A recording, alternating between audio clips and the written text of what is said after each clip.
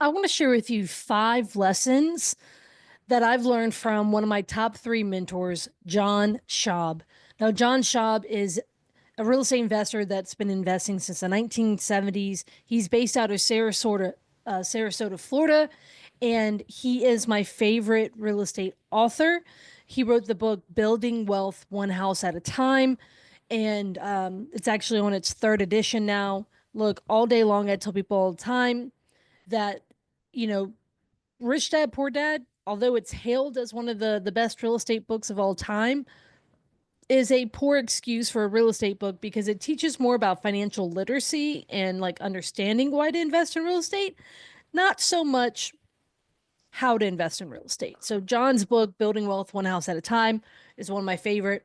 If you're new here, I did an episode with him on my podcast titled after his book called Building House at a Time, Building Wealth One House at a Time.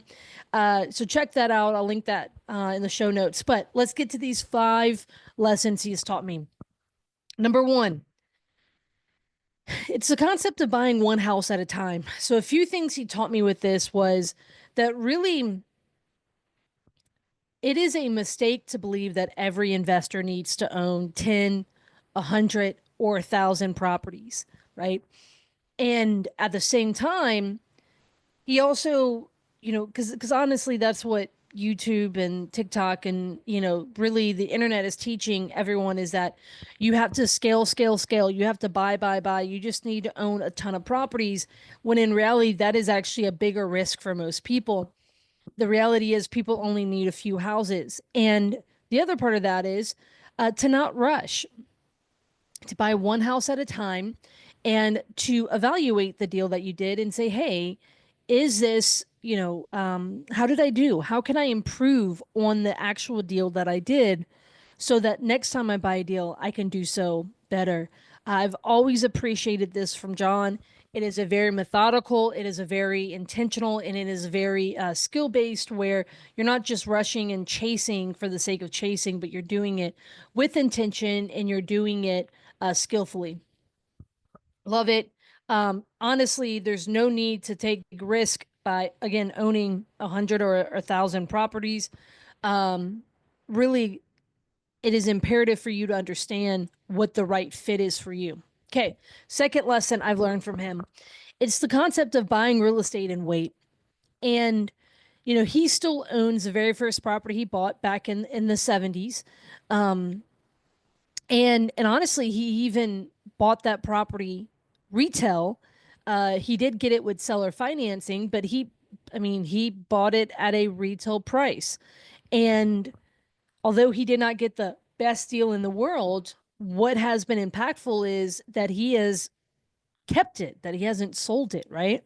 And something I've really appreciated from John is this concept of playing long term, thinking long term, not just chasing the quick buck. Going back to the first lesson of like, it doesn't have to be a volume game.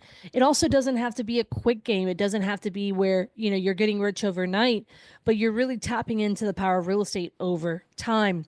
And I've really appreciated that. Of course, it doesn't hurt that he's based out of a market in Florida that has appreciated well.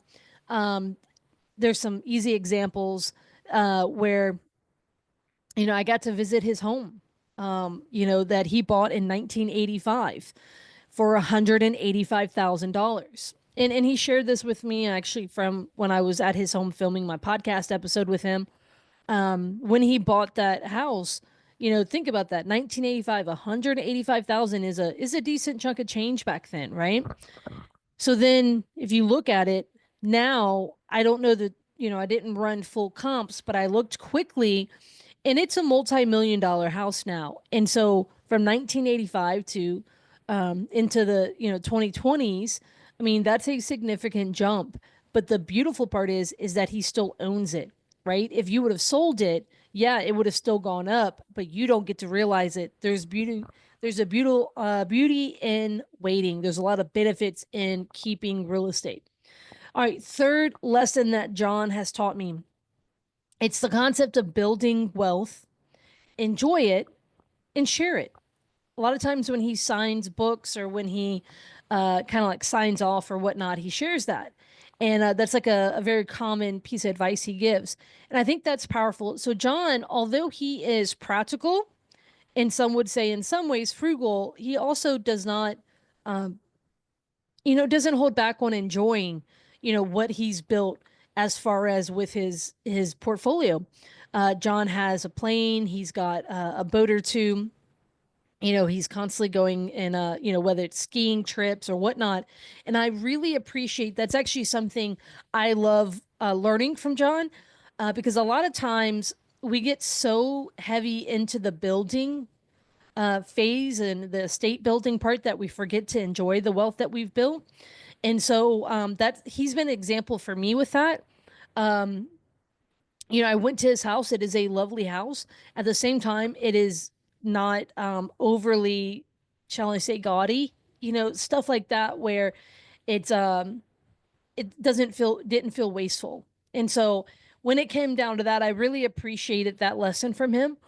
Because some people who build wealth, they become, they can either become very wasteful or they can remain so frugal that they actually still hurt themselves. And so, and hurt their family or hinder their family because they're not willing to give up any of the money that they've earned and built. And so, there's a delicate balance to it. And so I really appreciate how he talks about enjoying it and also about sharing it. I mean, he's very passionate about some of the nonprofits he's involved in. One of the big ones is Habitat for Humanity, and I know that he's been involved with them over the years. But I just really appreciate that perspective and that mindset. That really is that time freedom, the financial freedom concept, and really being able to build a life that you want by design. And that has easily been one of the top lessons I've learned from John, and I've appreciated seeing it even, just from afar or secondhand, just watching what he does with his life. All right, fourth lesson from John Schaub that I have learned, it's, to keep it simple. If you've ever heard John, whether it's in the interview that I did with him, or you've heard him from a stage, or teaching a workshop, or you read his book, he likes to keep it simple. And in keeping it simple, I have appreciate that he is simple but effective. It's just a reminder that although he's a creative real estate investor, that he doesn't have to overcomplicate things. Because I think when you overcomplicate things, that you can then run the risk of just general risk, right? But you can run the risk of, messing things up, hurting yourself, hurting others because it's complicated. And so I've always really appreciated his simple but effective approach.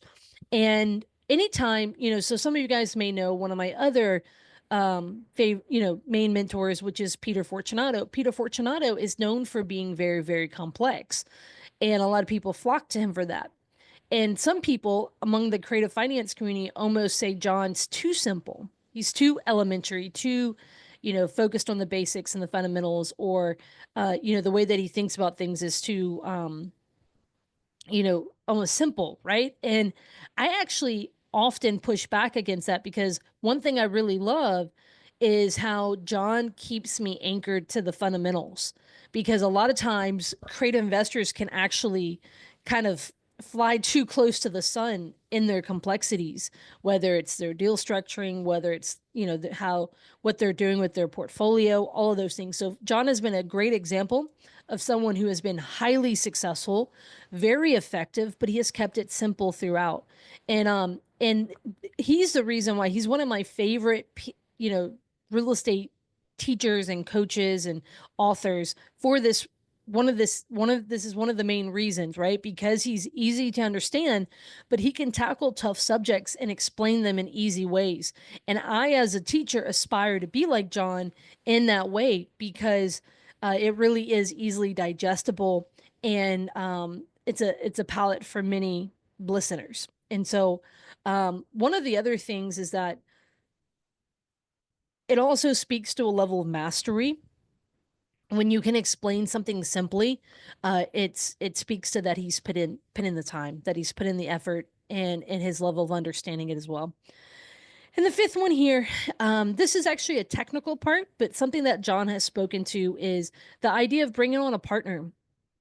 And he, has spoken to the idea of basically, hey, if you're struggling, whether it's raising money for a deal, maybe you've gotten into a deal and things have gone south, whatever that may look like, it's this idea of bringing on a 50-50 partner who brings the money to the deal, and then they now own, whether it's 50% of the upside, they also get 50% of the cash flow, things like that. And that is something that I've actually really appreciated because when times are easy, you generally do not need to think a lot of times about stuff like this, like partnerships and whatnot, because credit is easy to access and all that. But John is speaking as someone from who's gone through many market cycles, and I've appreciated how he shares stories. Like, for example, I know of a story where he did a deal, and during one of the market cycle shifts, he knew a builder who was in trouble. And so he bought those properties subject to their, construction debt. And it was like 14% interest, which, as you guys know, that's hard to do. But then he was eventually able to bring on a partner who brought the cash to the deal to buy out the construction debt, and that partner was you know basically able to replace that debt, but also be a partner in the deal. And then he eventually bought that partner out, and John just owns that property outright now. And so there's things like that that I've appreciated. I've appreciated how he speaks to the different market changes. I appreciated how level-headed he is. Hands down, easily one of my favorite teachers. Frequently in this real estate space, I try to point people towards folks like John. John has multiple books. And so if you are just listening right now, this is the end of my 5 lessons from John. I'm real quick going to just share my screen. And so if you are just listening, you're going to miss out here. But if you go to johnschaub.com, John has been investing since the 70s. You see here on his website on johnschaub.com a photo of him. John is very much a laissez-faire type guy. He, surfer guy type of is what you kind of get. On his website, you've got seminars, his books, and his home study courses. And then, he actually has a newsletter, but he just announced that I've been a subscriber to for a while. He's ending that, which I'm very sad because I love seeing every other month getting his current thoughts and sound advice. Few thoughts on his books. So John has multiple books, and so here I just want to point to it. I mentioned this one, the Building Wealth One House at a Time. This is not, this is a second edition. You do want to get the third edition, which is the most updated one. You can get it on Amazon. He has this one, Building Wealth, Buying Foreclosures. I own all of these. Building Wealth in a Changing Market, Building Real Estate Wealth in a Changing Market. I have all of these. He also has another one called Buying Right, which is not in print anymore. That's a fun little FYI. He also has these home study courses. I get nothing out of showing you this. I'm not giving you any type of affiliate link.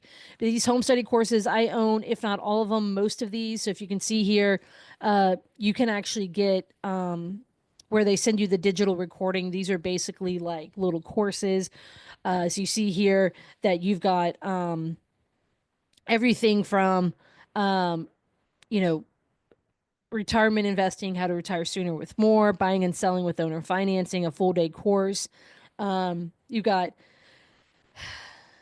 buying real estate options. You have, taking risks that create and preserve your wealth, like all this stuff, right? So great options there. Here's the main event. The reason why I'm showing you his site.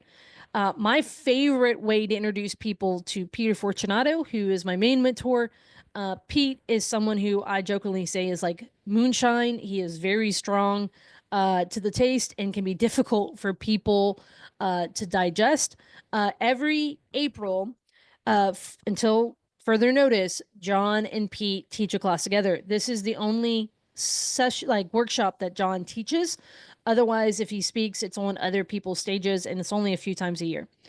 So John and Pete do this class in Tampa. It is coming up April 5th and 6th in 2025. This one, it is I I love this class. I have easily brought, some years I've brought 12 to 20 people to this class. I am a big fan. I will be there this year in Tampa on April 5th and 6th. So if you go to johnschaub.com, you can get your ticket. Uh, I would encourage you to consider attending this class. It is a great way to learn from very, very seasoned investors. There's no fluff, it's just meat and potatoes. You do get a manual. Highly suggest you consider attending. I'll be there. Let me know if you're coming. I'd love to meet you. I usually sit on the back row and help where I can with the workshop. So, guys, those are my lessons from John Schaub. I am very thankful that I live in a world and invest in real estate during a time in which John Schaub is a teacher and an investor, and I've had the privilege of learning from him. If you have not already, please read his book, Building Wealth One House at a Time. And guys, I just want to encourage you. I don't know how much longer John will be teaching, so any chance you can go and learn from him, please do. I am very thankful for his guidance in my investing career, and literally every time I hear John speak, I take notes profusely. So, all right, you guys know what this is. One video a day for the first 100 days of 2025. And today's video is 5 lessons I've learned from John Schaub, one of my top 3 mentors. See you guys tomorrow.